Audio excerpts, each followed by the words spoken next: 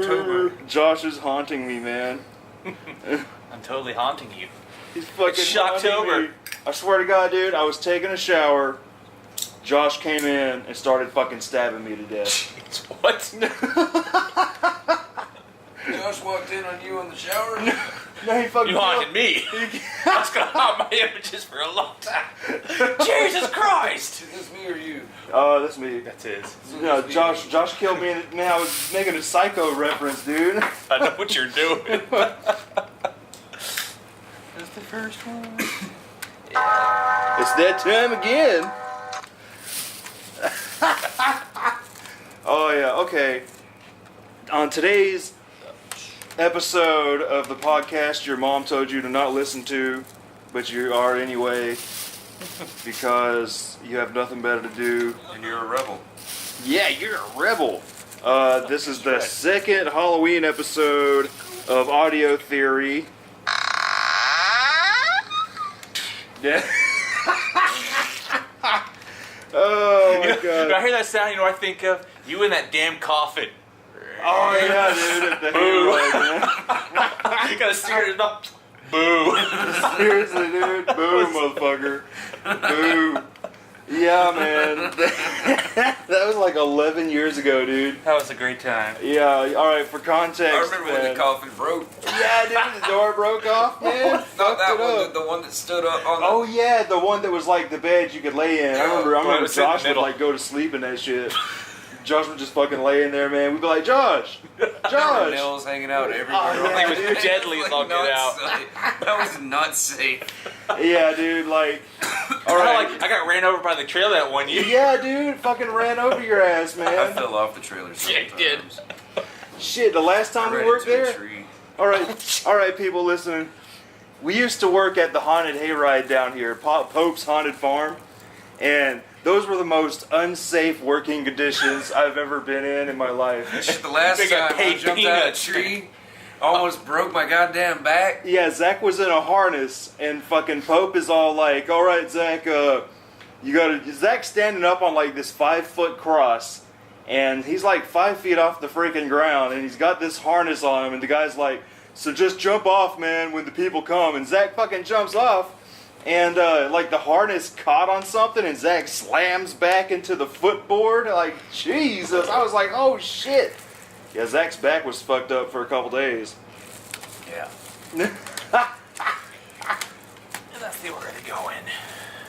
That was pretty fucked up. Then we got into a big ass fight with these fat ass rednecks. Oh my God, dude. Oh my God. Still doesn't beat that time when Christina tricked her dad in there, and she ran up on that porch and decked the shit out of yeah, Jeremy. dude. That was nice. She knocked his ass the fuck out. That was hilarious. That was absolutely. He's like, we ain't going to his house. She's like, Daddy, you gotta take me. He cheated on me or gave his number to a fucking girl. Hell, Tracy thought it was our house. Yeah, Tracy thought that's where we live. We're like, why is he fucking why are we going here anyway? He says he's not fucking going here, but why are we?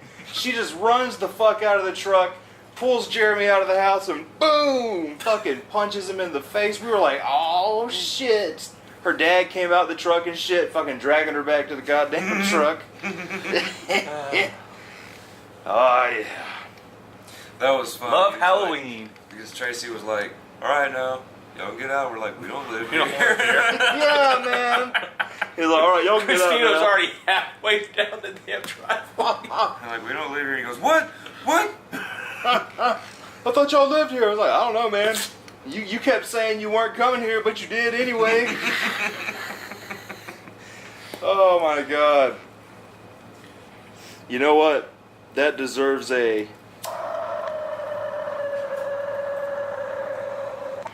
I don't know. Swing. I hit whatever, and that's what it was. Wind. So anyway, today's episode is a typo negative retrospective.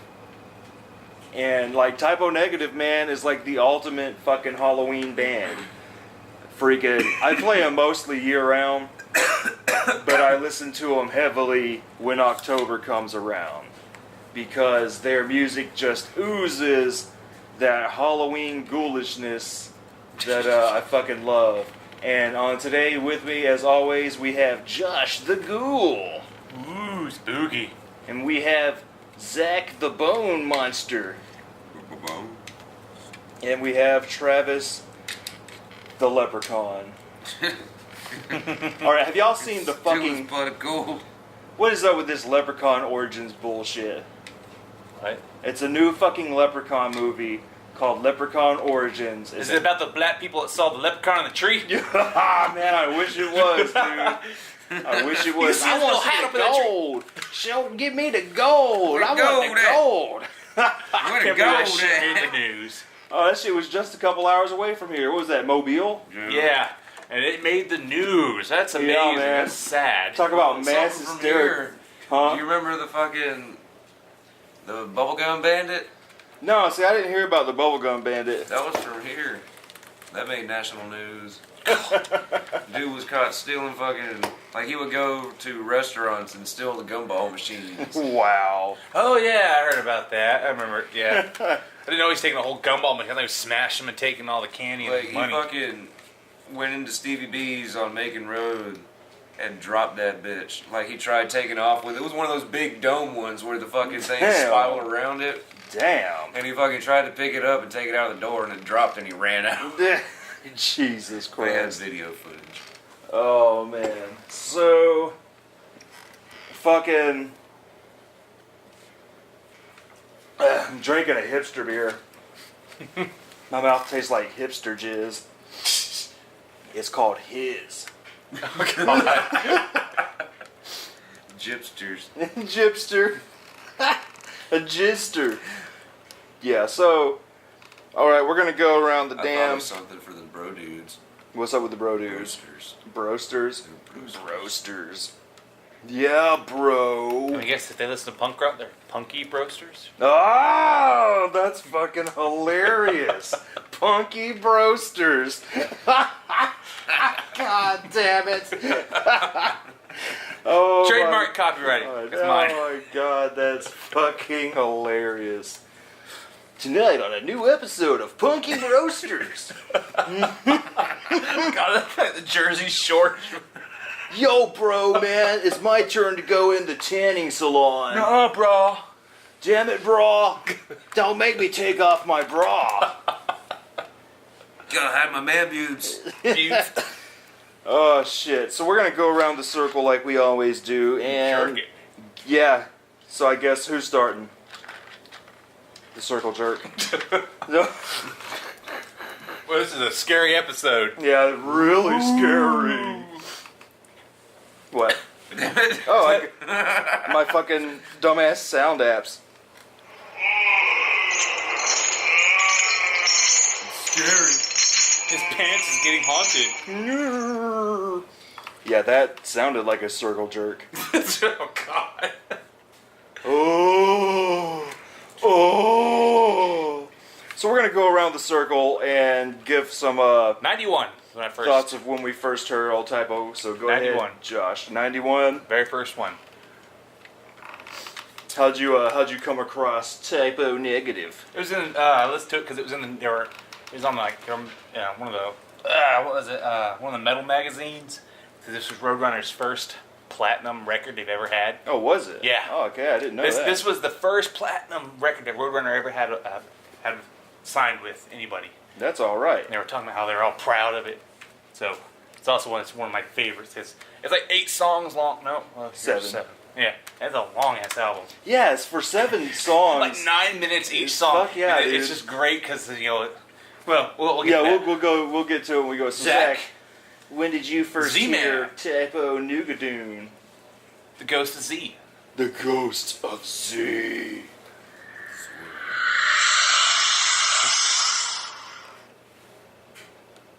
So what's your... We're summoning Zach. Yeah, we gotta summon Zach here. First time I heard it was a couple of years ago. Way back in the day, actually. I don't know. I really don't know the first time I heard them. When did you start actually listening to him? Not often. Surprising you didn't push it. It's kind of punky. They got that doom punk. Yeah, it is very punky. Like, probably the most punk song to me would be the Dead Again song, or This first album, I mean, it goes from, like I said, it's very punky. This was one of the more listenable things that you were getting into at the time. I can believe that, dude. You were listening to Cradle, and then you were also listening to this, and I was like, I can I can handle I take this. one. 'Cause this actually has. Yeah, because like Marilyn Manson gets boring, Cradle of Filth starts to sound the same, and fucking what else? Rammstein, kind of starts to sound the same, and then like Typo Negative, like nothing else fucking sounded like it. What? Oh, that was haunting. That was a haunted burp. That burp. That was a absolutely... ghost of a frog past. Yeah, dude. That burp was absolutely ghoulish, Terrence. So I guess alright, the first time I heard about them was the first time I heard them, we were all watching Dad had rented I Know What You Did Last Summer, and the opening fucking scene of the movie, it starts off with their fucking cover of Summer Breeze. And fucking Mom and Dad are all like, they were from the era of the original Summer Breeze, and they're all like tripping out like, oh, who is this? This is pretty good. So we look, at the end of the credits, we're like, okay, Typo Negative. And then like a year later, or during that year, World Coming Down came out, and On the Cutting Edge, the metal radio hour fucking it played Everyone I Love Is Dead. And I was like, okay, that's pretty fucking cool. And then the Mortal Kombat soundtrack had fucking, what do you call that shit? Blood and Fire from Bloody Kisses. And I was like, okay, I gotta fucking hear this band.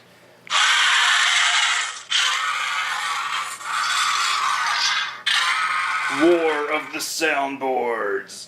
And so then I found Bloody Kisses at the local music store we had down here, Music and Movie Exchange, and I was fucking hooked. I was like, I've never heard any fucking kind of fucking metal or anything that sounded like this before. I was like, this shit is awesome as fuck. And did it make you want to do this? Yeah, it made me want to break shit. I was so happy. I was like, hold on. I was like this, man. This is how I felt. I was like this. Or no, I was like this. I can't find anything cool. Yeah, I was like, I got you one.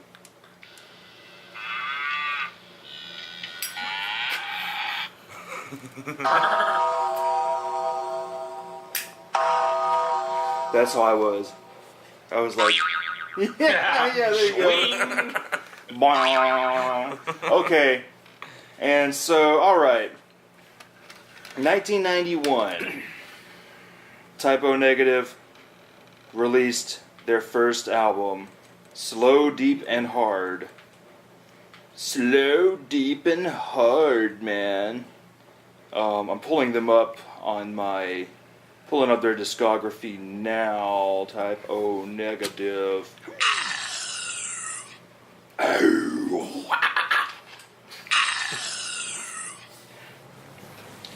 And okay. Well, first thing you notice that the cover of this thing is a penis going in a vagina. Pavina. Vaginas. Vaginas. It has Just become blurry. one. Yeah, it's just a little blurry.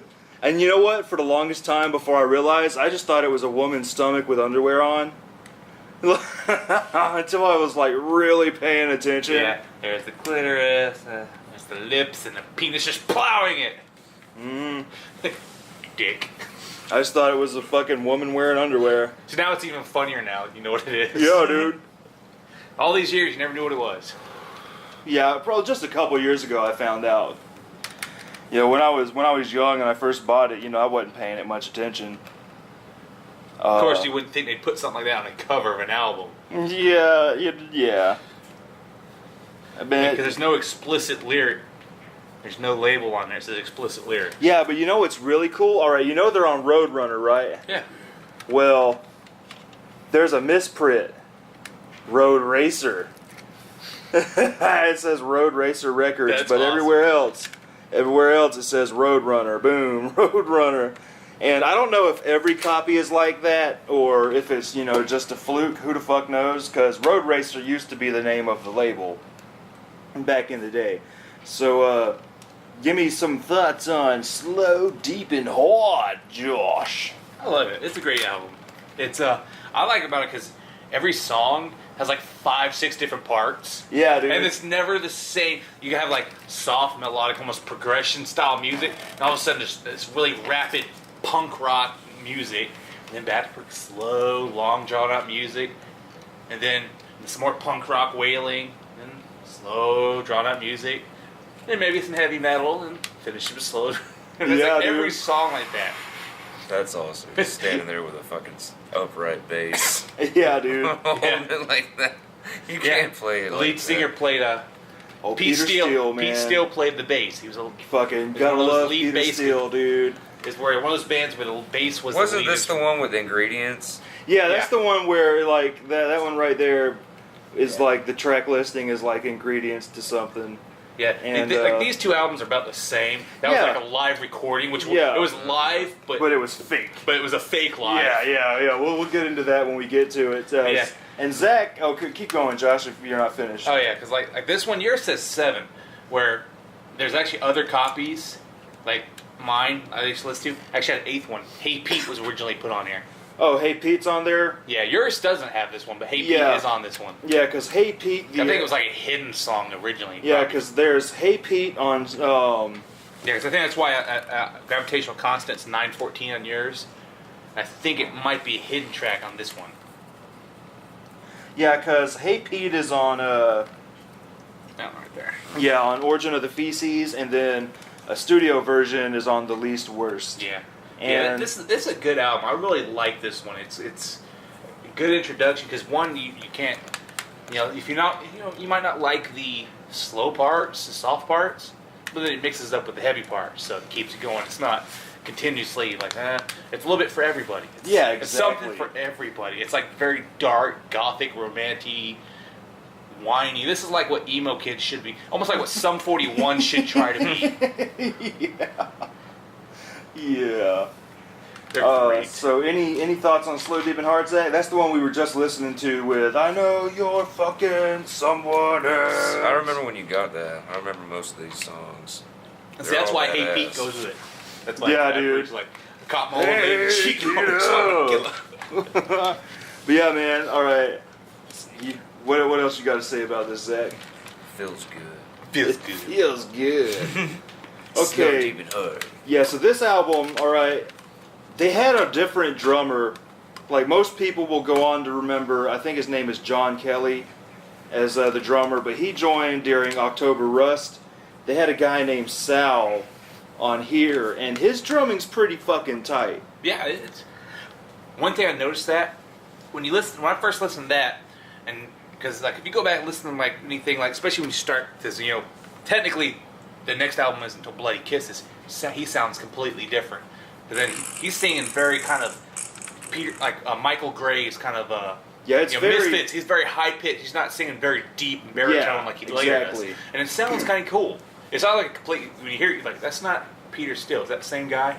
Yeah, like, because what I like about this is most people remember Typo Negative for Peter Steele's very low voice and Yeah, that their baritone. melodic kind of songs, but this album is very much a thrash doom album. Yeah. Fucking, like, the songs are fucking thrashy as shit. Some of the fastest stuff they've ever done is on Slow, Deep, and Hard. Yeah. And they eventually And- come with another album that kind of come out like that one, which I really like. It's one of my favorite ones also. Yeah, which one are you thinking? Dead Again? Because Dead Again, I get a lot of vibes from this. World Coming Down starts doing it more. Where World 'cause Coming Down really They gets start back doing the to multi-part songs, whereas because like October Well, like, Rust is okay. They but all have multi-part songs, but like it was some more of them, prominent that with the whole soft punk rock doom Yeah. metal. because like a lot of of the thrashy shit is gone on October Rust. that's the reason it's one of my lowest. I mean, it's a good Aw. album. Well, I really like their thrashy thing. I mean, I like I like Cinnamon Girl. I love Cinnamon Girl's great. It's a great cover. It's better than the original. Yeah, I do like that one more than the original. But all right, so we'll get to that when we get there. But I love every song on here. You have the best one, obviously, is Unsuccessfully Coping with the Natural Beauty of Infidelity. You gotta fucking love that freaking song. I know you're fucking someone else. He knows you're fucking someone else. You got cock on your mind and cum on your breath. You inserted that diaphragm before you left. Like, yeah. And fucking, dude. I love that one. Gravity. Yeah. Yeah. I love it. 1, 2, 3, 4. I don't want to live no more. Yeah, dude. So gravitational constant G that is equals like 6.67 that is like a Ramones style punk rock song. Yeah, dude. 1, 2, 3, 4. I don't want to live no more. Dun, dun, dun, dun. Like, dude, and then you gotta love the fucking joke track, the misinterpretation of silence and its disastrous consequences. It's just a fucking minute and 4 seconds long, and it's silence. There's nothing there. There's no fucking nothing. It's the start of their joke tracks. Yeah, dude. They play jokes. Like the cover being a joke. It's a point of view close up of two people having sex. Yeah, and you gotta respect Typo Negative for really embracing the cheesiness of the goth genre, man. I mean, seriously, like, fucking, to me, really, dude, it is, I don't normally say a band is my favorite band ever, but Typo Negative is probably my most favorite band ever. Plus, they like using the green a lot. That's my favorite fucking color. color. Green on black is beautiful. That's a fucking awesome. And all the covers are great. And like, I mean, I love Primus. I love all kinds of bands, but like Typo Negative, it has everything that I like about all music thrown into one. Fucking really good soft songs, really good thrash metal and punk songs, really good doom, really good goth, funny, serious, and dark lyrics, and even like really, really intricate fucking progressive music. Not as like, you know, as pretentious as stuff like King Crimson, but just to the point where it's technical enough to where I never fucking get bored with it. Even on repeated listens, I'm still surprised by where some of the fucking music winds up going, because like I never really remember the patterns. All their songs, they'll have a regular 4/4 tempo, and all of a sudden they just change it up to completely, just like wow, it's completely. You think it's a different song, you look, it's still the same damn track. I know, man. And you know, for like 7 tracks, that's a full-length album. Yeah, this album is like 58 minutes long, and fucking 7 tracks. Only 7 goddamn songs. And one of them is only a minute long. Yeah, seriously. So technically, and there's not even any music on that one, so technically it's a 6-track album with a fucking, you know, a track of silence. It's like these guys put Metallica to shame. In a way, man. In a way, dude. Like, I mean, you can't compare the two, but these guys, like, especially this album, it has an old fucking, like, Kill 'Em All vibe with the thrash. Yeah, like, they got that speed thrash metal going on. Dude. And then how soft. It's like they took the old Ride the Lightning Puppet Master and mixed it in with Saint Anger. Yeah, dude. And then, alright, and a big reason I would assume that this is such a thrash album is because he had just came out of his old band Carnivore, and they did like one album and fucking quit, and he started this band because he was still under contract with Roadrunner. They were like, you need to start another band, man, you know, we need to make money off of you. And so he got some of these guys together and fucking they made Typo Negative, and to me became one of the landmark heavy metal bands of the 90s, especially the ones that were peeking into the mainstream a little bit. Yeah, if you were a goth kid, you listen to Typo Negative. Yeah, especially in the 90s and early 2000s. You might have had your Bauhaus and Cure, your quiet, sad music, but when you want sad music that makes you want to punch somebody in the face, you listen to Typo Negative. Yeah, dude. To me, you can't go wrong with any Typo Negative album. I would say this album really is more for diehard fans. If you're somebody who's interested into maybe checking Typo Negative out, maybe don't start off with this one, because everything, like, this album it's the first, you know, it's not as refined as the newer stuff is. Yeah, exactly. It's like they're throwing everything at the wall to see what sticks. And it happens to be jizz. yeah. And what you learn from, we'll go on to the next album now, you learn from the next album, Origin of the Feces, where their actual, I call it the Type O sound, starts leaking in. On Origin of the Feces, it's a fake live album. And basically they were under contract to have a live album, and they didn't want to do a normal live album, so they just got some buddies in the damn studio to fucking pretend they were a fucking audience. And say what it's supposed to say. Okay. Now, they actually had a parental advisory sticker on it, but it said, warning, recorded live, not recorded in England or something. They were making fun of the fact that it was live but not live. Yeah.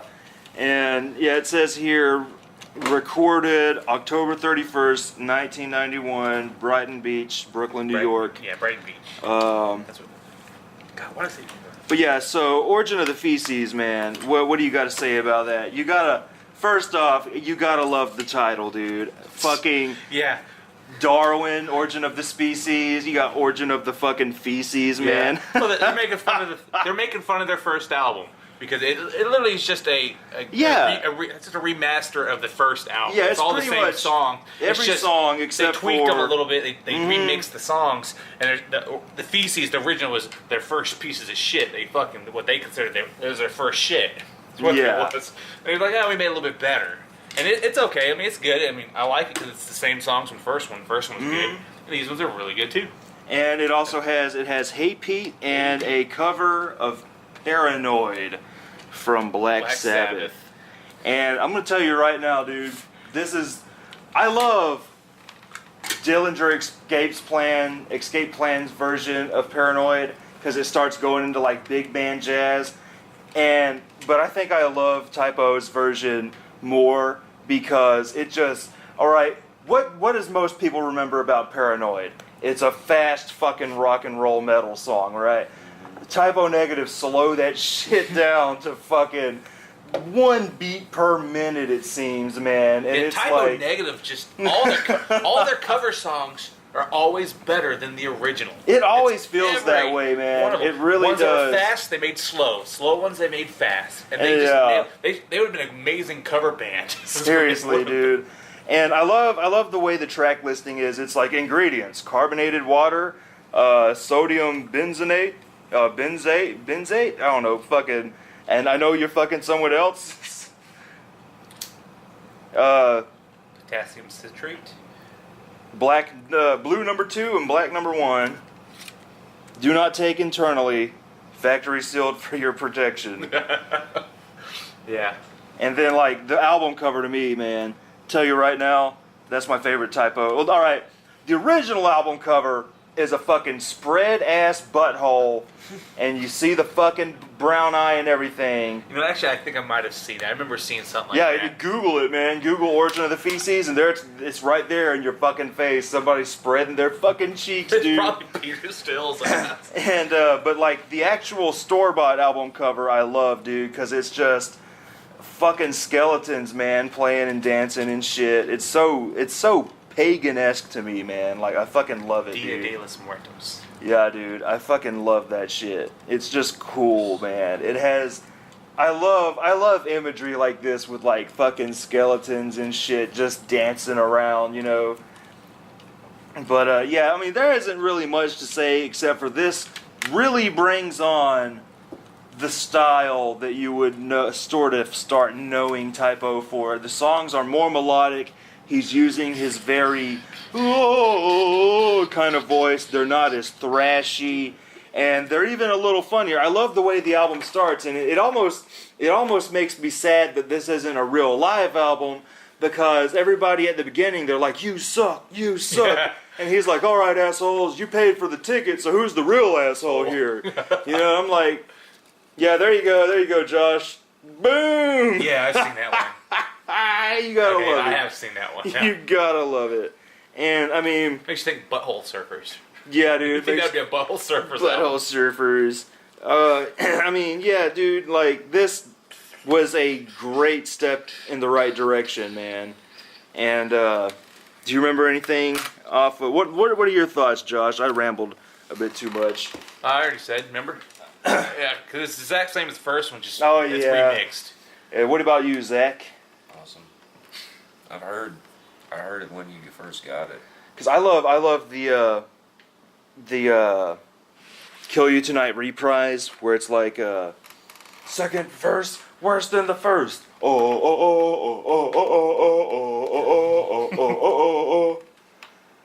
Yeah. So okay, their next album Bloody Kisses. is the Land motherfucking Markin album, dude. Fucking this album.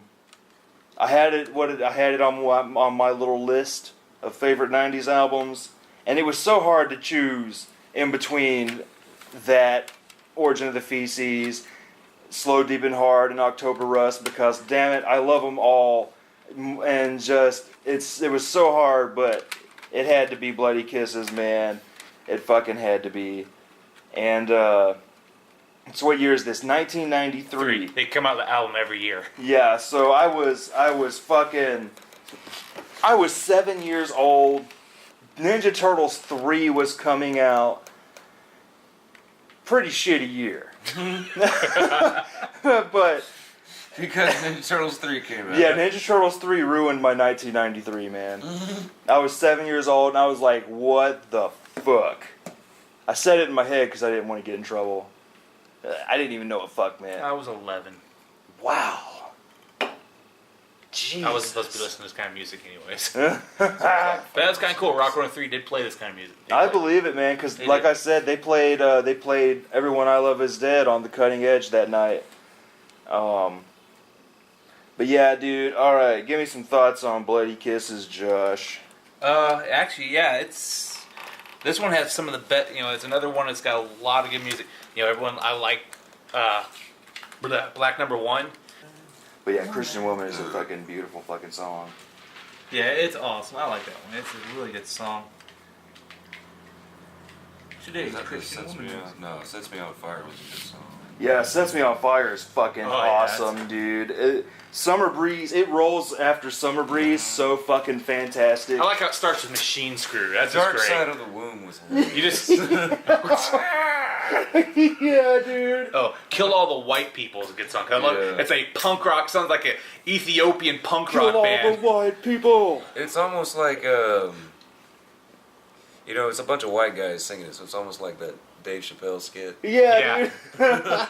And I like Too Late and Too Late Frozen. Yeah, it's Because fucking it's actually awesome. two songs. The first, that one, the hard part, the hard doom metal part is Too Late, and then the soft parts, the lyrics about It's too Frozen. late. Do, do, do, do, do, do. Yeah, Too Late. I mean, this one's actually from front to back. It's pretty good album. It's it'd probably be my second favorite album. Oh. Well, it might be tied for second. Don't Yes. tell me you're number one yet. Oh, you haven't got to it yet. Yeah, when we get to It's it. tied. This would be tied with their Released it first with album. the Digipack. Because I'm going to say right now, oh my god, it's so hard. Yeah, they got a re-release with a Digipack and like a fucking whatever new edition. a new one new song. Yeah, But because they they take had. out- they take out the intro and the interludes. Oh. Yeah, they did. Well, see, the one I've been listening to is the top But that was shelf at the edition. band's request. Because it had this one had 17 tracks, and at the end it's Blood and Fire, Out of the Ashes, and I guess they played Christian Woman twice, a different version of Christian Woman. Okay, the Out of the Ashes version, I want to say, is the one that was on Mortal Kombat. Yeah, I think that's what they added the top shelf set disc. Yeah, it's really cool. Plus, you can't beat two goth chicks making out with each other on cover. That's awesome. Yeah, dude. Yeah. Yeah, right. Like, it looks like they're like boning or clamming. Scissoring. Scissor me timbers. So let me timbers, Xerxes. Oh yeah. So what do you think about Bloody Kisses, Zach? I know you were listening to it today. It was pretty good. It was very catchy, very melodic. It went places. It didn't get boring. I didn't like follow what he's like saying. Oh, fucking Jesus. God, Jesus. Fucking Black Jesus. Yeah, so alright. Bloody Kisses is the first Typo album that I heard all the way through, and like, it fucking blew my asshole. It blew my, it turned my brains to shit. It was so fucking good. And, fucking, dude, I love every song on here, and like, it's completely flawless to me. I would say, you know, I normally do complain about filler tracks like Machine Screw and all that stuff, but to me it's like it helps the atmosphere of the album, dude. Damn, And- It starts off, you listen to like, you hear this mechanical noise and you just hear a woman just going at herself. Like, Yeah, dude. It just reminds you of like White Zombie. Fucking Yeah. more human than human. And then Christian Woman, dude, like, what a fucking fantastic opener, man, because like, when it goes into that fucking cool ass part with the fucking, what is it? Oh my god, how's that part go? Which She one? likes to love, and I feel. And it's like fucking just slowly jamming, and then the guitar solo comes in, and then the slow double bass. Fucking, it's like just amazing, dude. Like, I was like sold.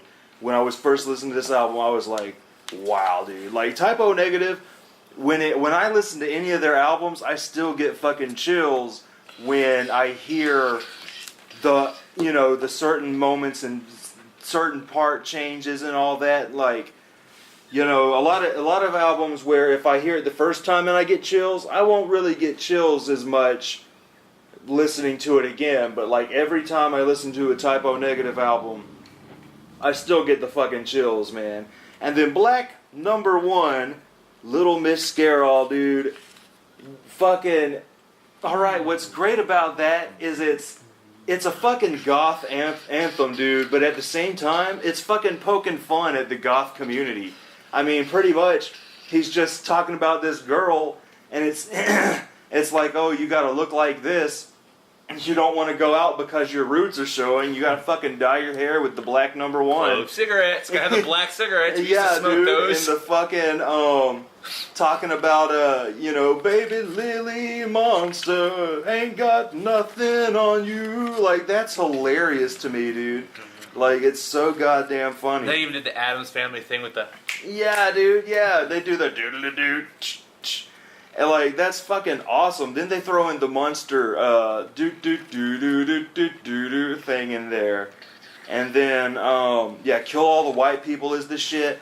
The cover of Summer Breeze. Here's a great thing about Typo Negative cover songs, is I mentioned this earlier. When Typo Negative does, when most bands do a cover song on an album, it normally throws the whole fucking vibe of the album off. Hence, the newest Rob Zombie album.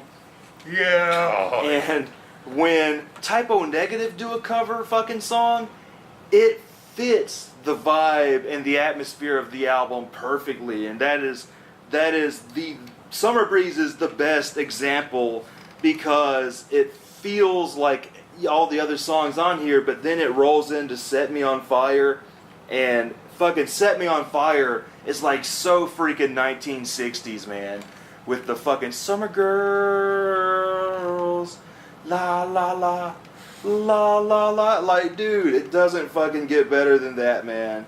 And like, I'm gonna tell you right now, dude, Typo Negative is one of the ultimate bands to get high to. I need to do a top 13 bands to fucking smoke weed to episode, man. And like, they'll be in the top motherfucking 3, dude. But then yeah, Dark Side of the Womb, man.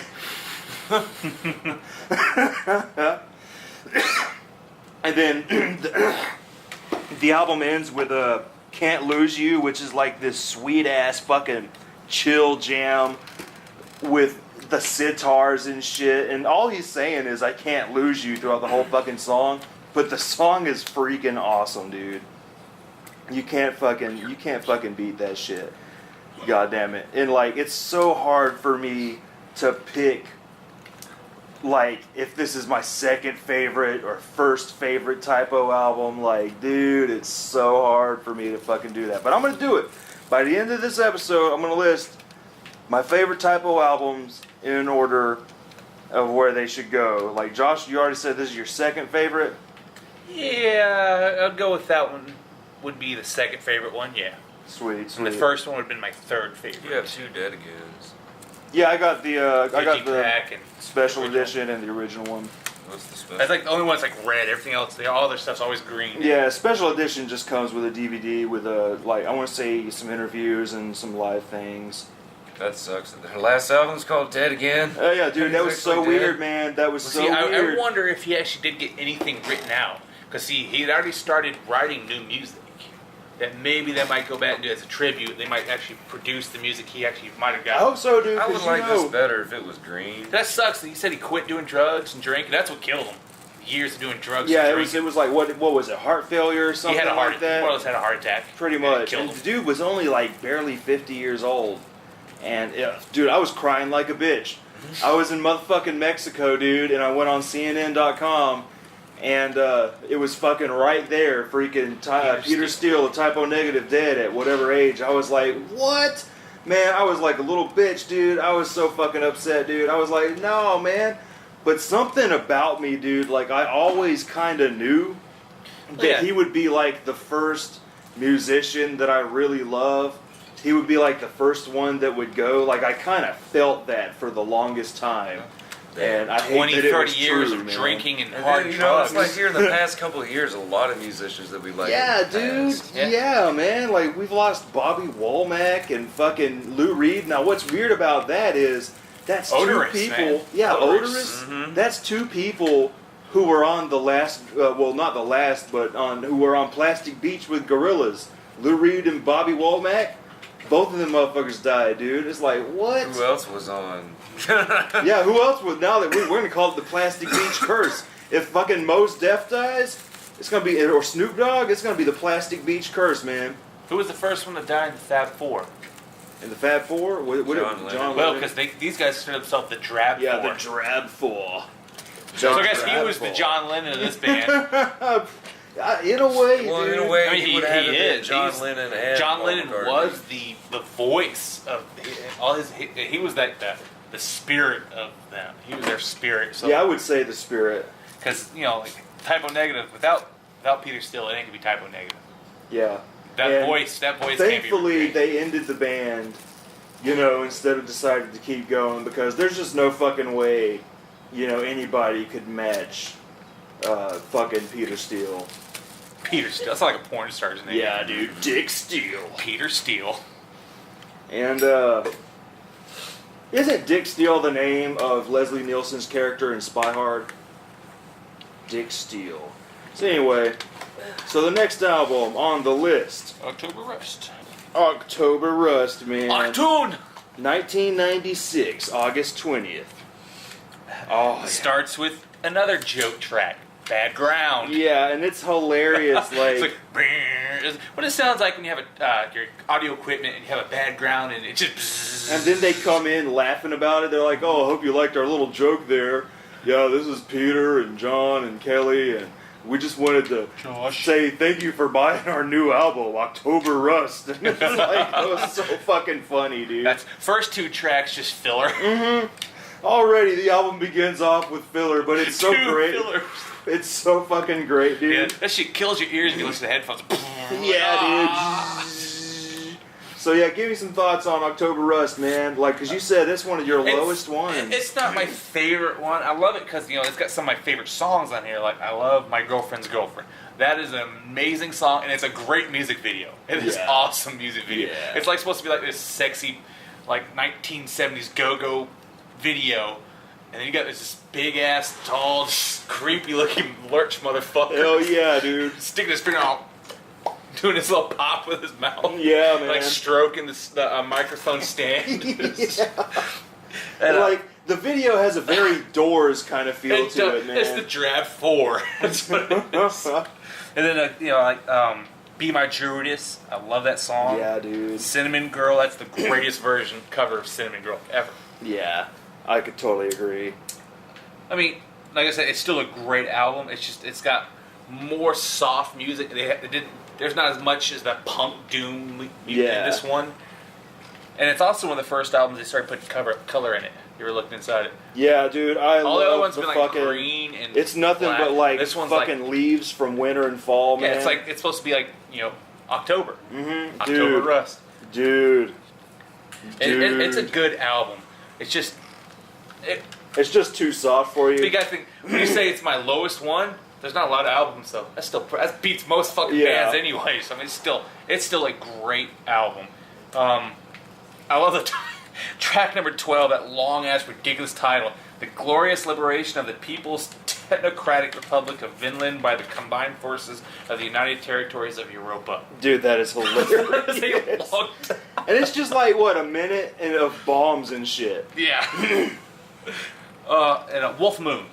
Yeah. Wolf Moon is awesome. Yeah. Alright, Zach, what do you think about October Rust? Because that was the one we were playing, just a little while ago. The one with Green Man and fucking, the one you were talking about, the song. Oh yeah, this one was badass. It is a badass album. Yeah, this one was going fucking. Yeah, every little bit of it was badass. And when I was listening to everything, I was like, I know Travis loves this album because it is that kind of progressive rock, just long guitar, like how you just sit there and play for Yeah. 2 hours playing the same shit. That's what that one is. But it's good. Yeah. It was a badass CD. Yeah, man, I'm gonna tell you right now, dude. Is this the greatest hit? Yeah, that's what the least Not worst. really. It's mostly B-sides and shit and a bunch of unreleased stuff. I haven't got to that one. Yeah, we'll briefly talk Yeah. about that one. But dude, it's such a toss-up, man, cuz damn it, I want to say October Rust is my number one. I knew it. I figured it would be your number one. I was like, this got Travis's name all over it because this is that. It's like Summer Breeze song, but the whole damn album. Yeah, dude. Now, I'm not going to say it's my number one, but god damn it, it is so close. It's a huge toss-up for number one, but I'd have to say it's my number two, man. And possibly Bloody Kisses would be 3.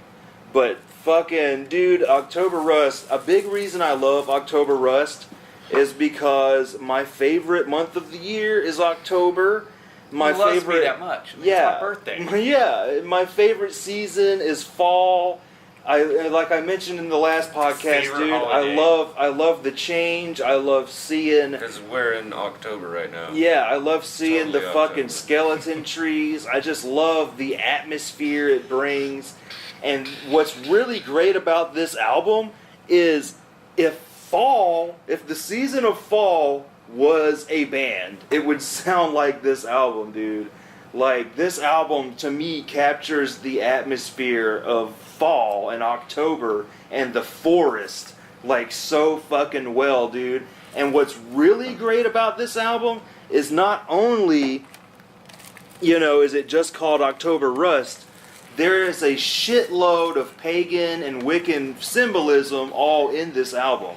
And before I get into that, like, dude, I love the pictures in the album. You have the forests during the fall time with the orange leaves. You got this winter fucking evergreens over here, dude. It charted at 42 on the 200 Billboard charts. So that's all right, man. And then, dude, like, the pictures are just beautiful, man. Like, I love pictures of forests and stuff. But as far as, like, the pagan and, fucking Travis the Wiccan tree symbolism, yeah, dude, I'm such a hippie, man. He's a tree hugger.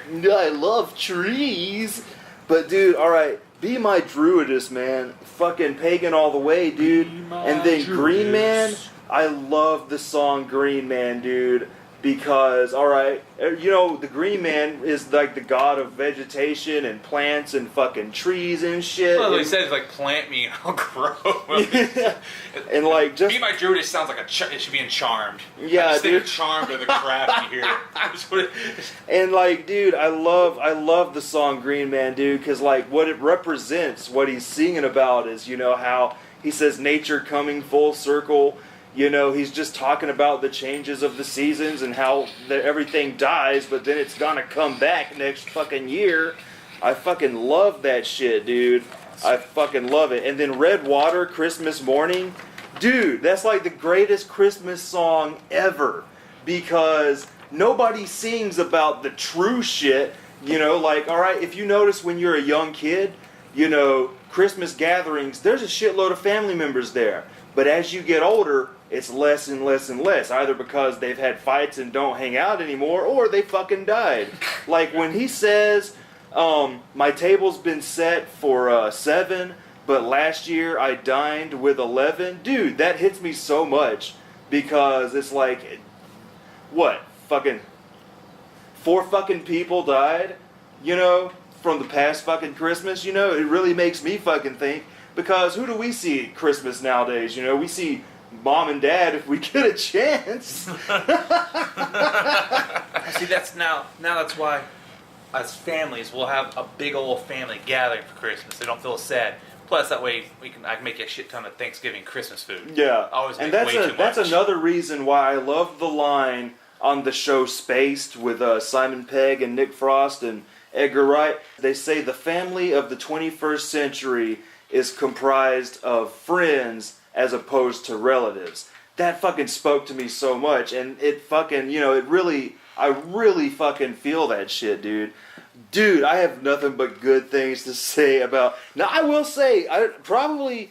A lot of Typo fans probably don't get into this one because it is so soft, but damn it, dude, like, the soft songs are great. Die With Me is fucking beautiful. My Girlfriend's Girlfriend, that's kind of like them doing, it's kind of got the tongue-in-cheek humor of Black Number One, you know, and then you have Wolf Moon and Haunted, dude. Oh my god, dude.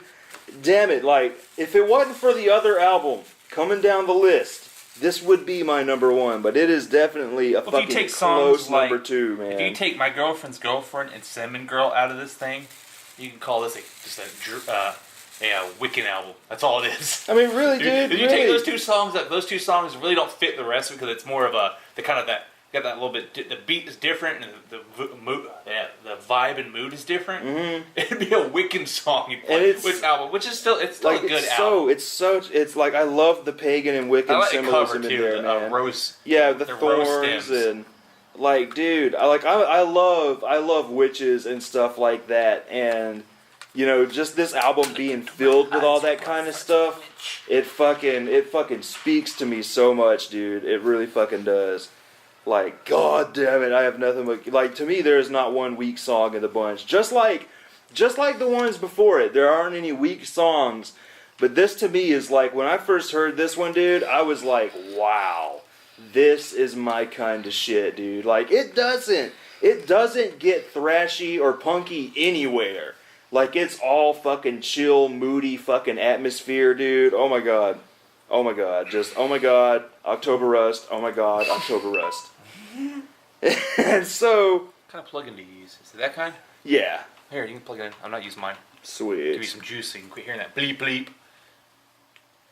I always tell my phone to shut the hell up when it does that. Yeah. And so we're going to go to the next album, man, because I'll talk about October Rust for 10 hours, man. Yeah. World Coming Down. And they're, again, joke track right at the beginning. Skip it. And then they're like, suck up! Like, when I first put it in, dude, I was like, really? I just bought this fucking thing! It's scratch. Oh, dude. Like So, white slavery. That's kind of funny. They're making fun of kill all the white people. Oops. What the hell is this playing music? I mean, he was playing some awesome music. yeah, so give me some thoughts on World Coming Down, dude. What is this? 1999. I was 13. This is when they actually started doing. They went back to more of their original roots, where they would do the It was melodic. just doomy as fuck. Yeah, they had the melodic soft, then doom metal punk, and then back to melodic soft, and they do it like 3 or 4 times. That they did start doing this one, and of course this one has a lot of filler tracks like Sinus, where you hear chop chop chop chop. Yeah, but what's really snorting good, cocaine, and what's really cool though, is those tracks represent each band member. oh yeah, You remember the cocaine song we did? Yeah, Yeah. dude. That shit was awesome. Yeah, it was like 40 like, seconds long. Cut. that's kind of actually what Sinus is on this one does. Yeah, pretty much, man. You hear chop chop because it's making all these weird noises, and you hear the word Sinus, so you pretty much assume it's gonna be. Then you hear. And then there's the song Lung, and Yeah. then there's the one Liver. Yeah, liver. Yeah, coke, alcohol, smoke, pot probably with lung. But yeah, I love. Yeah, lung is cigarette. Cigarette. I forget which band member is tied to which track, but Yeah. sinus is for the coke problem, liver's for the alcohol problem. I think liver was Peter Still because he was a raging Yeah, alcoholic. probably so. And then lung is the what do you call it? The chain smoker guy. I forget which fucking band member is connected, but yeah, give me some serious thoughts. Everyone on I Love Is Dead is an awesome yeah, song. dude. And this one actually has a lot of actually all the tracks on this one I really like. This is a good one also. Like Everything Dies. My favorite one is Pyretta Blaze. Yeah, I love that track. It's just so cool. You are the first to be my last, will be my final words. And All Hallows Eve. That Yeah, is a dude. great fucking song. Yeah, man. Because it's got that is one of their best doom gloom rock songs they have. Yeah, dude, and it's such a fucking great kind of. It has such a great Halloween feel to it. I mean, it's like a Cradle of Filth song, just sort because they're talking about praise Saint Lucifer. Yeah, Saint Lucifer, hear me praying to thee on this eve of all saints. High be the price, but then nothing is free. My soul I'll gladly trade. Oh,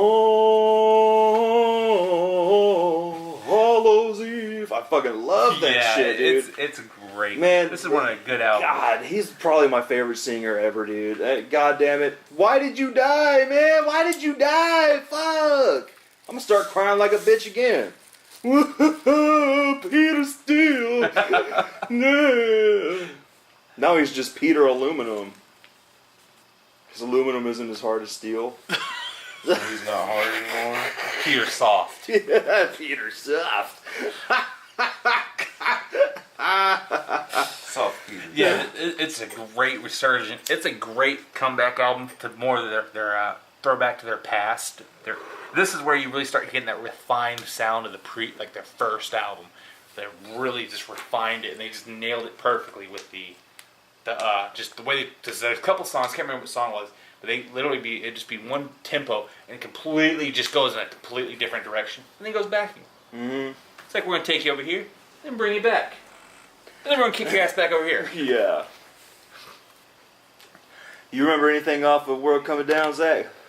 Because I know we didn't get to that one earlier. We didn't get to it, but I'm sure if I listen to it, I'll remember all of it. Everything dies. Yeah, he's probably heard I've heard all of it. like All Hallows Eve. That's probably When I what you was probably heard the listening to most. most of this shit today, I was like, I remember this, I remember this, I remember this, I remember this, I remember this. Yeah, Everything Dies is a good song. I like that.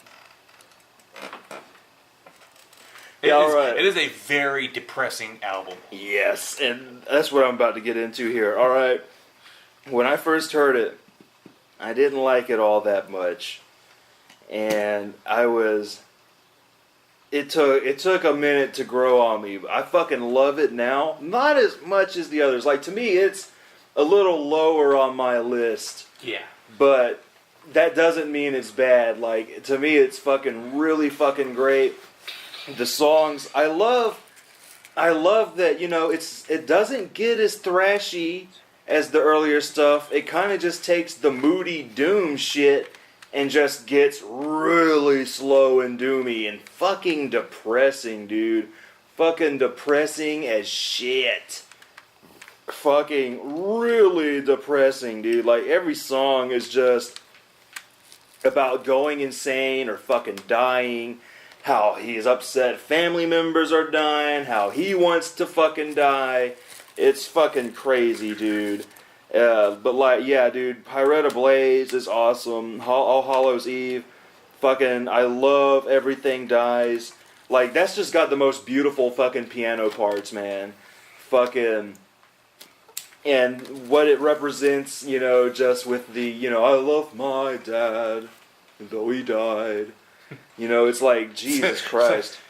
My uncle, he died. Yeah, man. Though my Everybody knows girl's he's quite fit, she will die. Everything dies. Like, oh, dude, but what's great, man, is on the DVDs, I got their Symphony for the Devil DVD, and when they fucking start playing it live, if you watch it with the commentary, because the whole band does a commentary over the concert, I swear, it's got to be their guitarist, but he's like totally making fun of the song, fucking singing shit like everything fried, and it's fucking hilarious, dude. And then they start, like, at the beginning of the concert, he's like, hey, we're going to play a game, like see how, watch Peter's sweat stain on his shirt see how big it gets, see how long it takes before it covers his whole shirt. It's fucking hilarious, dude. And, yeah, I mean, like, it's lower on my list. You gotta love the fucking Day Tripper cover. Like, Zach heard that earlier. That was good. But Yeah, you Day didn't play it Trippers. all. That was a cool way they did the riff. Yeah, dude, like what's really cool is how they've kind of had Beatle vibes in all their harmonies. Yeah, they have. Very Beatle-y vibes. And, like, for them to do... They take that drab forward to the extreme in all their music. Man. And, like, you hear the Beatle-y vibes and the harmonies a lot on Dead Again. But we'll come to that bridge when we get to it. But, like, yeah, this has everything. Everyone I Love Is Dead, which is, you know, the first one I heard on the radio. And, like, I love Who Will Save the Sane. That's a great fucking song. Yeah, it took a while to fucking grow on me, man. But, like, After October Rust for you, you're like, oh. Yeah, exactly. It's like, oh, I wanted more of this. Yeah, exactly, dude. This one was more like they made an album that was for everybody. You know, people who wanted like the soft and people who wanted the punk doom metal. Because it seemed like, all right, Bloody Kisses has everything that's great about the band in one package. October Rust takes the great soft and chill and atmospheric stuff for one package, and this one takes the great doomy and fucking, you know, really dark. The lyrics are like really dark. This one you'd almost think would have been October Rust, because like that's like October and November, everything dies then. Yeah, right. But, you know, this, you know, they did this one, but World Coming Down is World Coming Down, seriously, and that song I love, man. And my world is coming down, bring it on down. I fucking love it. You can do all their music in blues and it probably still sound good. Yeah, dude. It's like doom blues. Fuck yeah, man. Fuck yeah, dude. Dues. Dues. Hey, yo, dues. Dudes. Produce. Dudes, man. All right, we'll talk about the least worst of for just a little bit, because I don't do greatest hit albums. I like it because it's got like all the songs from the ones that you like the most from all the albums. I mean, it's not a bad album. It's a compilation of the best songs that most people like. But what's cool is they're not even the actual versions from those albums. No, it's like their second album.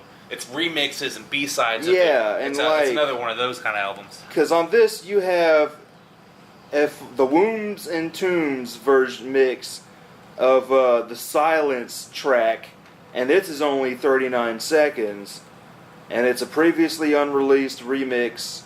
And then you have Everyone I Love Is Dead, which is a previously unreleased edit, and then you have a unreleased edit of Black Number One, the Little Miss Scarol version, which actually there's not really much of a difference. It's just a little long. It just takes the big ass progressive kind of long part out. It kind of turns it into a radio version. Yeah. And then It's Never Enough, which is a studio recording, a B-side from World Coming Down, and Love You to Death edit taken from the European single for Love You to Death. And then you have, this is what's really cool, a cover of fucking Black Sabbath's song Black Sabbath, but it's from the perspective of Satan. And they were originally gonna put that one on one of the Black Sabbath tribute albums, but the studio told them, "No, you got to do it with the original lyrics." So they did that one with the original lyrics for the Black Sabbath album, and then gave you the one with Satan's version on here. And then you have a edit of Christian Woman. Now, when it comes to an edit of Christian Woman, to me, that takes away everything good about the song. Yeah, because it was It just cuts out it all takes the out the really good atmosphere. parts. Yeah, man. Yeah, because this was it. Pretty much, it took the albums with all the atmosphere, and they cut the atmosphere. They more or less made all their popular songs radio friendly. Yeah. It's, maybe they're still good, but because some of the songs, you're like, this is drawing on for a long damn time. All right, I'm just gonna go to the next track. Now. Yeah, 'cause some people will get like, bored. All right, this is yeah. getting boring. Next track. But people like us who love long ass songs, man. It was easy for them to make this album. It was like, okay, chop this. Yeah, chop, done, make money. And then you had 12 Black Rainbows, which is really good, and it's another B-side from World Coming Down. And then you have... My Girlfriend's... This one actually a good version. Yeah, I they really got more like... electronic in it. Yeah, That's awesome. I really like this remix of My Girlfriend's Girlfriend. And then you have the studio version of Hey Pete, Pete's Ego Trip version, which is... hey, it's basically a remake of Hey Joe. Damn, quit fucking the cat. Bestiality. See, that's what they should have called the animalities, man, in Mortal Kombat. Oh God, I forgot about those. Yeah, dude, they should have called them bestiality. That would have fit so much. Animality. Yeah, dude. Bestiality. Fuck him. Yeah, when you get mauled by the fucking polar bear, dude. Bestiality. But then you What have... about, would it be pedophilia when you had the baby? Yeah, dude. Pedophilia. Instead of a babality, it's pedophilia. Johnny Cage wins. Pedophilia. God damn it. That was some stupid Mortal Kombat stuff that came out with. So I love Hey Pete, man, because it really makes the song funny. It's like, hey Peter, where you going with that axe in your hand?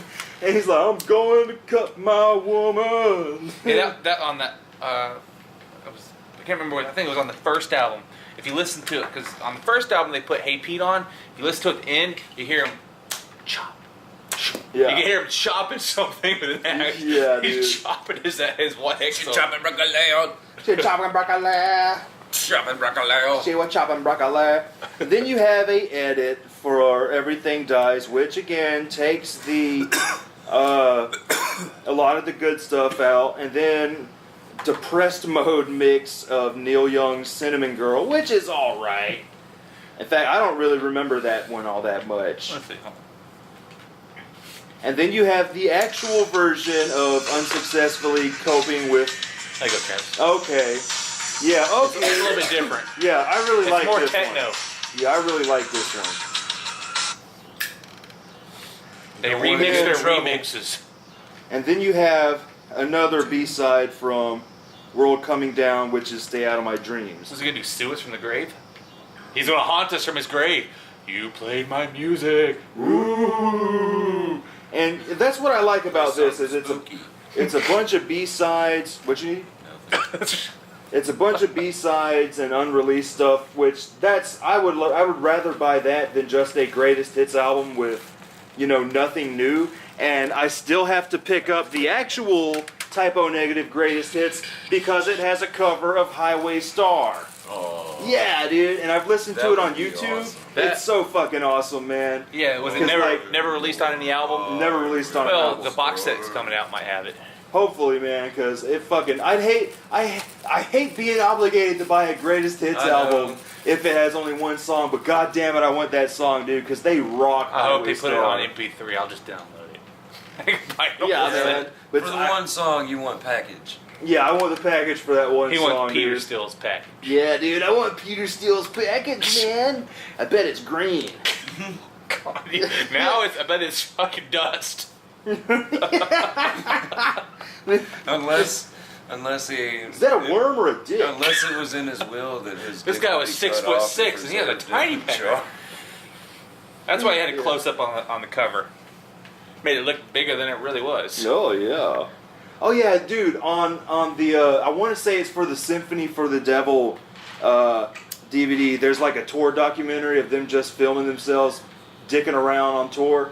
Dude, I'm almost sure it's Peter Steele. He's like eating the chick out in the back of the bus and falls asleep. and like they're all fucking filming him and shit, and they're all just laughing. That motherfucker fall asleep? What the fuck? You're gonna start doing fake chow. Sleep chow. Sleep chow. And then the woman, she's just looking up, giving him the finger and shit. But then there's like another scene, man. I don't know who did it, but there are like some people standing by the window of the bus.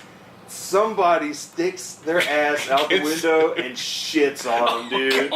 Fucking shits on them, man. Mike Dirt did that at a motel. Bass player from Green Day pulled his ass out on the balcony at some expensive motel. Shit. That's hilarious. Now, when dude. you say artists usually shit on their fans, they literally fucking mean it now. Yeah, dude. Oh my god. And so, What was it that Dave Matthews Band was doing?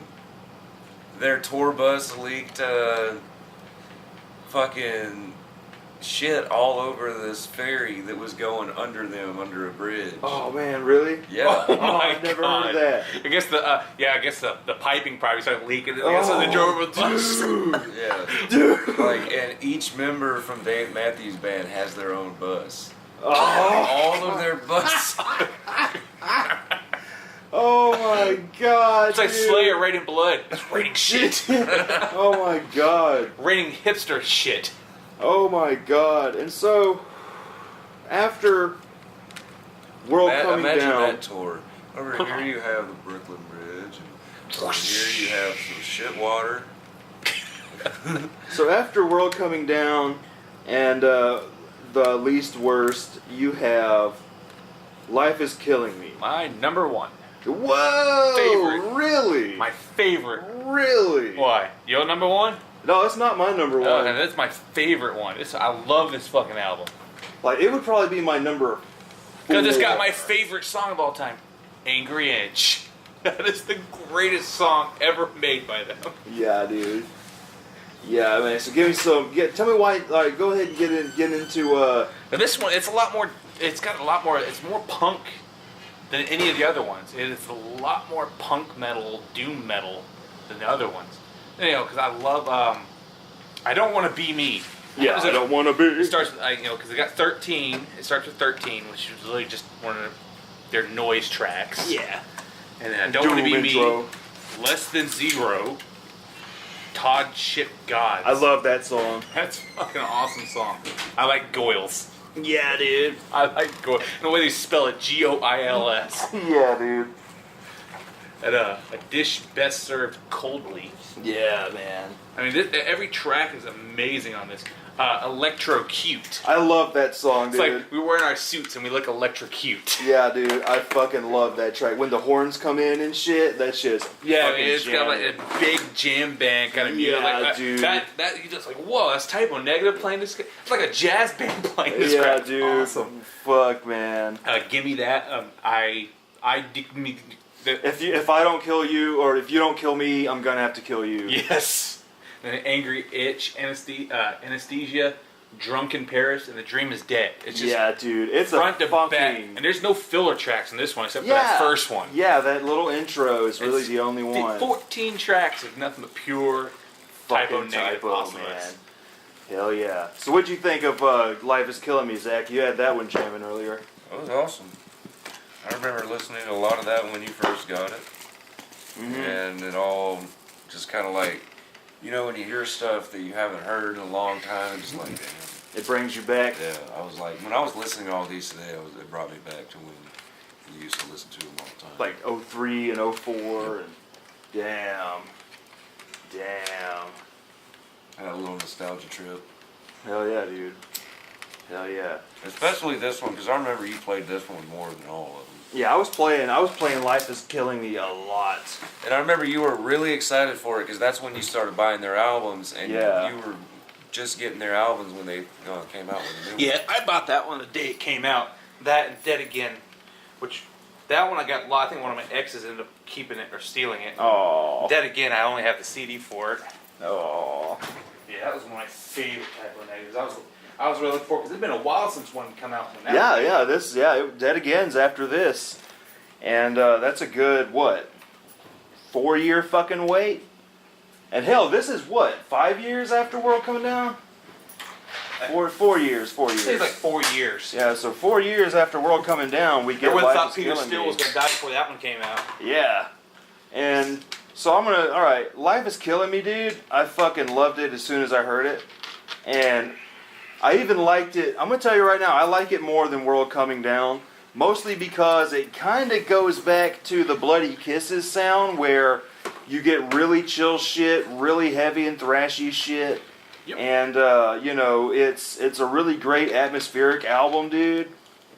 Fucking every song, man. Bloody Kisses 2.0. Every song is fantastic, dude. I fucking love Life is Killing Me. But it's not my number one, man. He's gonna be dead again. Fucking, I was like really blown away that it's your number one. I was like, wow. But The Dream is Dead is beautiful. They were originally gonna call this album The Dream is Dead, but then decided not to.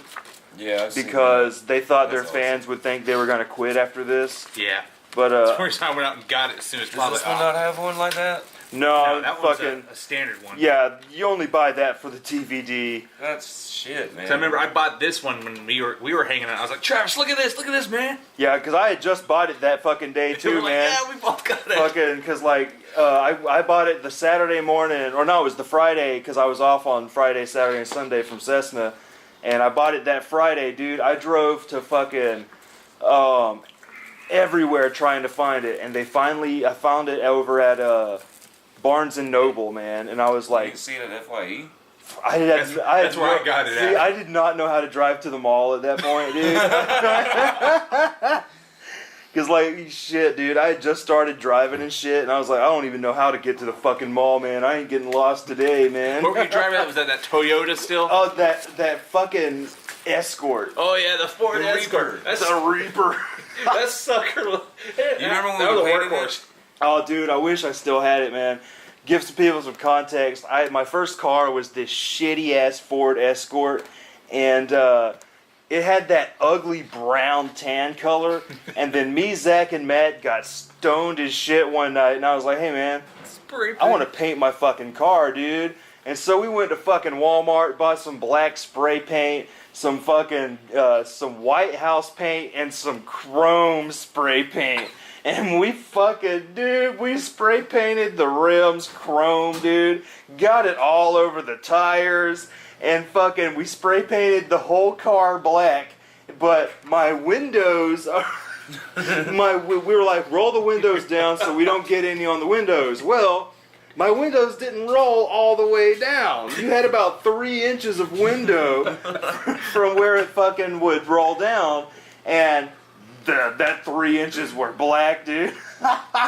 Remember the emblem on the front So of what that do damn we car? I do with drew the emblem back in. How did we cover the front? Like the back, the windshield. And then... I don't even remember how we did that. You're all so Dude, I stoned. was so fucking stoned, man. That was before I had started smoking heavily too, man. So I was in that fucking. Is this real? Is this real? Is this really happening? Are we really doing Did Matt this? paint a skull on there, or did he just... Matt just painted the Reaper in white paint on the front, and I have my little Ghastly One sticker right below it, dude. I fucking loved that fucking job, dude. Like, it was a shitty ass paint job, but goddamn it looked cool, man. It fucking looked cool. Yeah. I remember I drew that pentagram on the fucking Ford symbol on the front of your car Yeah, dude. one night. Yeah, because you took duct tape Duct and you tape fucking covered the Ford up. You were like, hey, Travis, I fixed your car. I was like, what do you mean? He's like, it's not a Ford anymore. I was like, all right. But yeah, dude, Life is Killing Me, man. I love Todd Ship Gods. I love really every song on here, man. And like, dude, I love the song How Could She? Because like he's singing about cartoon characters and shit. And like he's like Great Wilma theme, Travis. Flintstone, Marsha Brady, Harris, whatever. And dude, man, I fucking love this one. Yeah. Smoke signals. And fucking, I mean, dude, like I really have nothing bad to say about this one, but to tell you the truth, I actually do I like World Coming Down a little more than this one? I kind of would probably say I like them both the same. Even though this one is close to the more melodic stuff, I don't know. This one, because this one doesn't feel all that different. You know what I mean? Like, I'm like, okay, this is standard typo negative right here. I mean, like... Yeah, that right there is the classic example of typo Yeah, negative. I mean it does everything that Bloody Kisses does right. It does everything that October Rust does right, and it doesn't get as doomy as World Coming Down or anything, but there's some doom in there. But going on to the next one, this is my number one typo negative album. Dead Again. Dead Again, dude. I'm fucking dead again. Dude. Yeah, that's Dude. There she goes. I'm fucking alright, give me some thoughts on Dead Again, Josh, before I go into my long ass, oh my god, I wanna fuck this CD mode. don't feel bad. Actually, the more I think about it, this is more like my second favorite. Because I really can't pick any favorites, except for, this one might be my more favorite. I listen to this one more. But yeah, Dead Again, because, I mean, I love the title track. Dead Again is an amazing song. Dude. They don't have none of that. They didn't start with no joke one. They just came right out. And, the way he's talking about is like, oh my god, oops, I'm dead again. Yeah, oh fuck, I'm dead again. It's like, oh, I didn't know I was dead. Yeah, dude. Let me mourn myself, I guess. Yeah, it's really great. Halloween in Heaven. Yeah, dude. It's Christmas in hell. Yeah, this one is really just in your face. Maybe, actually, you know what? More I think about it, maybe these two might be my favorite ones of all time. Yeah, it's This one is just really in your face. It's like, if you want to know something close to punk, this is going to be it. It's yeah, like, because that's how I feel. Like, because with me, like, I want to say October Rust and Dead Again are my number one favorites. I'm just gonna say it. Both of those are my favorites. Yeah. Number two is Bloody Kisses. Dead Again and Life is Killing Me, my number one track, and my number one albums. Because this is it's a great fucking album. It's just really in your face doom punk music, And it is progressive as fuck. It is like it's like, god damn it, dude. It's like freaking Close to the Edge from Yes, man. Like the song These Three Things. Yeah. Jesus Christ, dude. Some Stupid Tomorrow. Yeah, some stupid tomorrow. Some stupid today. Some stupid tomorrow. Go away, yesterday. Like, what the fuck? But dude, man, keep talking, man. Oh God, I mean, Jesus. I mean, what more could we possibly say? I mean, it's just there's not a single track that disappoints on this one. And you got a lot. That'd be pretty cool to watch that the bonus DVD on this one. Yeah, the bonus How was DVD is that? pretty cool. It's got some interviews, and I only watched it once. Like, Live at Wacken Open Air 2007. 30 minutes. Oh, it's got Prophets of Doom music video on it. oh yeah, dude. Prophets of September Doom. Sun. Ay. September Sun. It's like November Rain. Prophet of Doom. Josh Silver. Yeah, I'm in the band. Woohoo! I play keyboards and vocals. Yeah, Josh is in typo negative. Where's my world? Too bad the only band with like a dude named after me, maybe not even a band member is fucking named Travis, but there's that band called Travis, and they suck so fucking bad. What was that country dude's name? Oh, Travis Tritt. Travis Tritt and Randy Travis. God damn Randy it. Travis. Damn, you got double. Double country shit. Damn it. You're double dead. Double dead.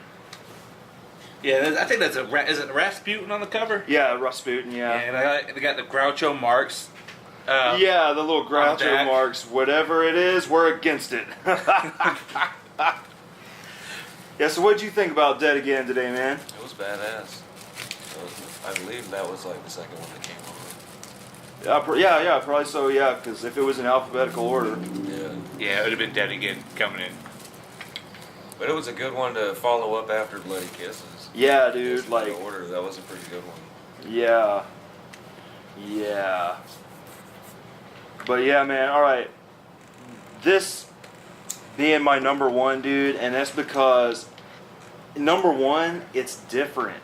It doesn't sound like Life is Killing Me, and it sounds like October Rust and Bloody Kisses mixed together, but with a lot more fucking power, dude.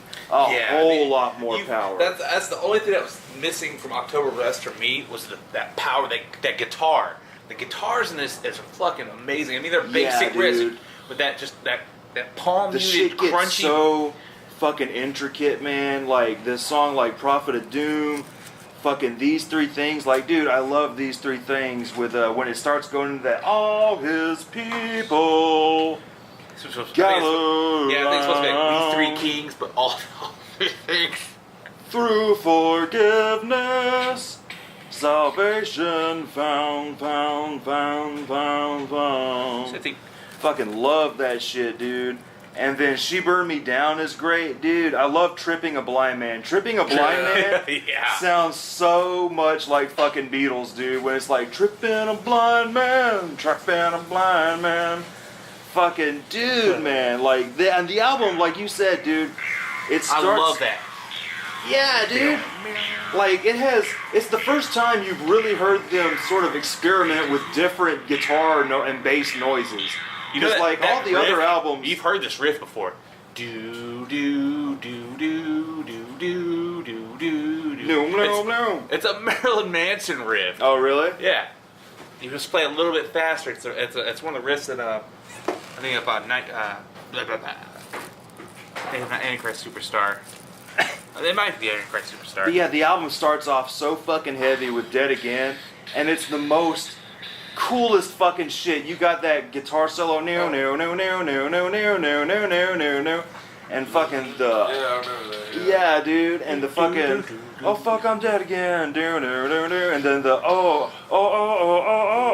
I fucking love that shit, dude. It's so... Like, Dead Again has such an oi kind of punk sound to that it, is man. that British For punk that to be style. the last album, they went out with a bang. Yeah, dude. For this being their final album, man, you fucking said it. They went out with a bang, I and would love that's... to heard his new album. He was supposed Yeah, to come dude, out with. because the way this sounds like... They dude, were getting really punk rock with yeah, this shit. they could have only... It would have only been uphill from here, dude.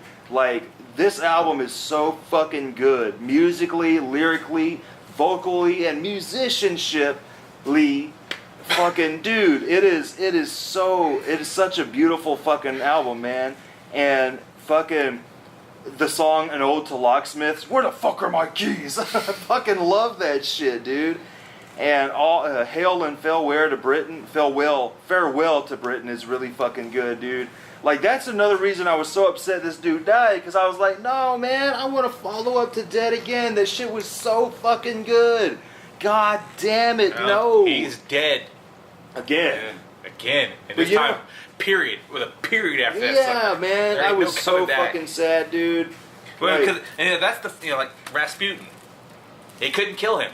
He was stabbed, Yeah, man. poisoned, his head was cut off, he was hanged, drawn and quartered, head chopped off, and he still came back to life. He wound up like drowning in the water. Yeah. Well, Peter still died of a heart attack. Yeah. All the things that can kill you, his heart attacked him. I know, dude. Like, come on, Smart man. was an asshole. Yeah, I mean, so that's why he should have had a defibrillator, just attack his heart first. And then I love Your this heart. on the CD with the thorn circle. You remember when Matt drew that shit in the studio on the Man, wall? that thing was so horrendously bad. Yeah, dude. It was. You don't remember that, dude? Oh my God, Matt drew the typo negative Oh, yeah. circle Yeah, with yeah, the okay. minus in it, and then he drew these thorns around it. Because me and you were doing like the bloody handprint, like Yeah, caveman yeah, paintings and yeah, shit. I wasn't there when Yeah, Josh did the fucking caveman paintings with the handprints, and then you drew the little Marilyn Manson heart from fucking Nailed Eat it. Me, And then we Drink Me. like took straws and made like shotgun blasts. Yeah, against the wall. dude. Yeah, man. Then Matt screws it up with that crappy thing. Yeah, and it looked all right, but it looked so off proportion and shit. Because it wasn't perfectly circular. It was like, ugh. Yeah, dude, it was weird looking, man. Fucking weird looking. The Japanese flag was pretty cool though. Yeah, that Yeah, was yeah, cool. yeah, He did that. the He didn't, old get, he room. didn't get to see what Matt did. I wanted him to fucking put Oh, an anarchy, yeah. just a little anarchy A in my ceiling, and he makes. It looks like a reverse Atlanta Braves A. Yeah, you told me about Or that. it was more like You a just asked him goddamn- like, please, just put this, and he completely does. It looks all Majin Buu kind of swirly. Yeah, it was very I was like, stylized. He that always looks loved like that Majin Alabama Buu man. football. Yeah, dude. God damn it. He did a Majin Buu A. That's what he did. Seriously. Yeah, because Matt was a great fucking artist as far as drawing and stuff, and he could 9 out of 10 times if I would ask him to draw me something, he would get my vision pretty well. But then sometimes That I'd be 10th like, time, you're like, please draw this. And you draw something completely off the Yeah, wall. Like, dude. that's not what I want you I'd to be draw. like, what? Like I the remember when Alabama thing. he drew Guns N' Roses all anime style. I was like, that's pretty fucking tight, dude. That's pretty fucking tight. And then I got it. He started drawing caricatures of all of us and shit. Yeah. That was pretty fucking funny. And like, dude, man, sucked that he had to be a dick. Get arrested. I wondered if he got the D in the P. What if he's still in jail? Did he drop the G? But alright, man. List out your favorite albums of all Typo albums. Dead Again and Life is Killing Me. That's number one. Alright, go tell me all of Okay, them, man. I have to go Dead Again, Life is Killing Me. Number one. Number one, Dead Again. Number two would be Life is Killing Me. Bloody Kisses, number three. Hard, Slow, and Deep. World Coming Undone.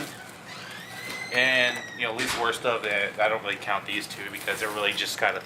And then, October Rust last. Alright. Yeah, so my fucking... How many albums is this? 1, 2, 3, 4, 5, 6. 7. I count this one, goddammit. Alright, man. My number one, dude. Okay. Dead Again, of course. Yeah, Dead Again October Rust. and October Rust are tied for number one, dude.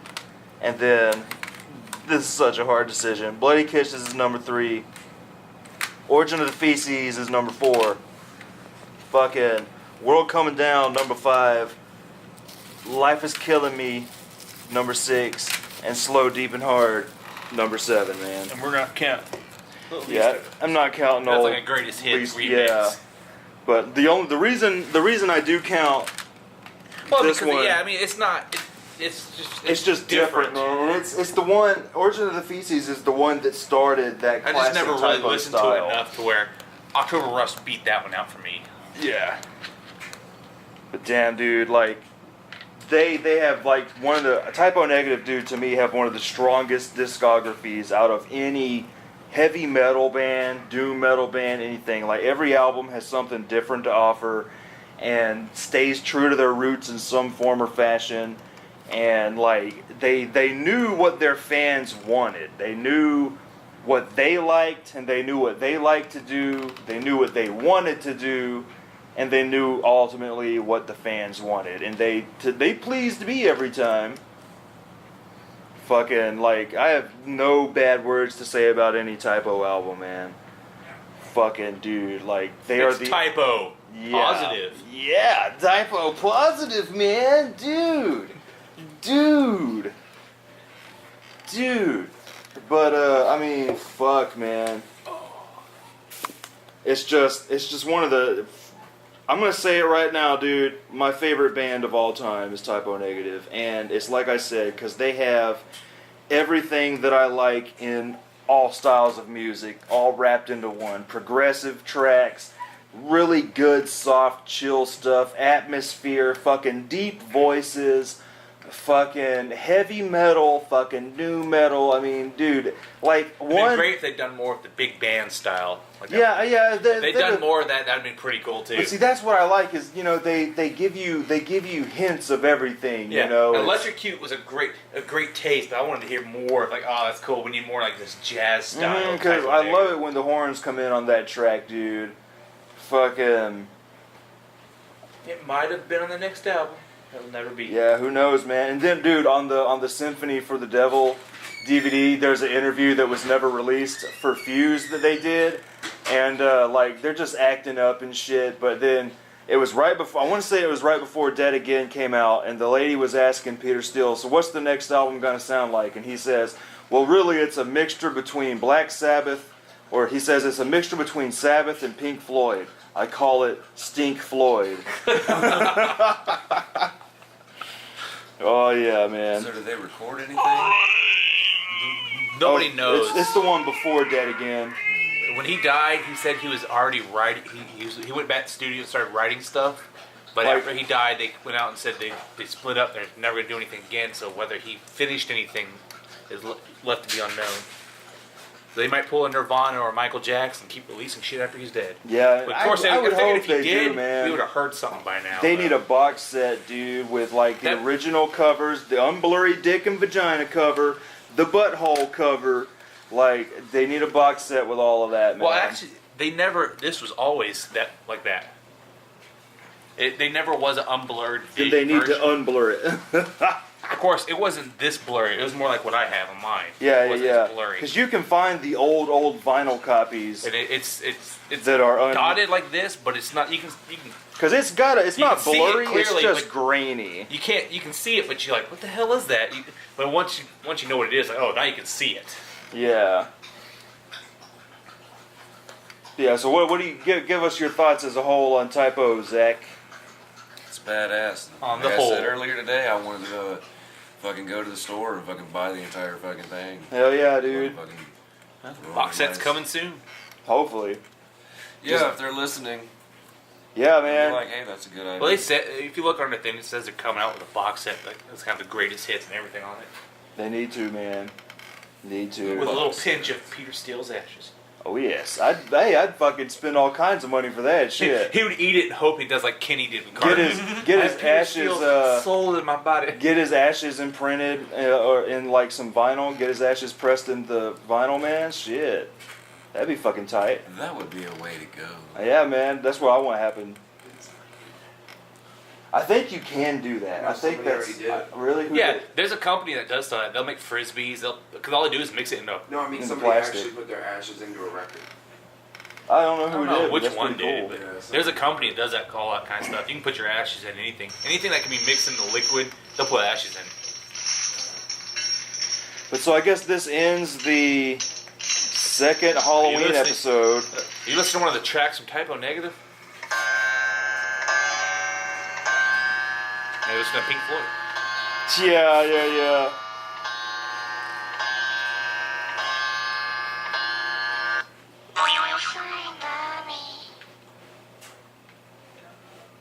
You're all going to die down here.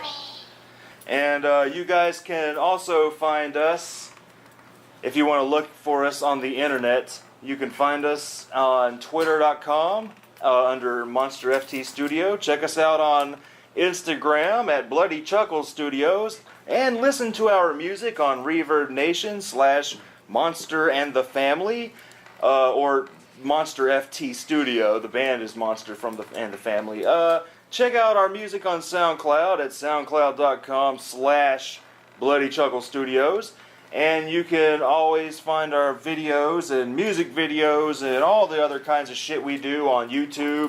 YouTube is Monster FT Studio or Bloody Chuckle Studios. And you can find all of our videos now and the videos of a lot of other great producers on rtgomer.com. So fucking check us out, people! And if you don't, Zach's going to come to your house and beat you over the head with a tack hammer.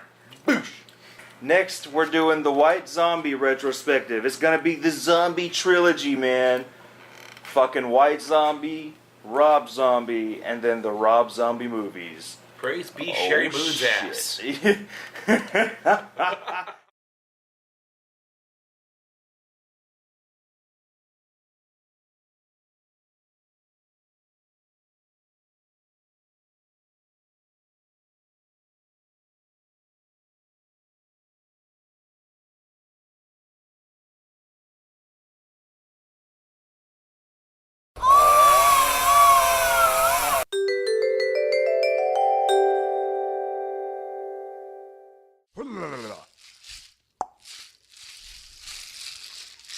We fucked it up.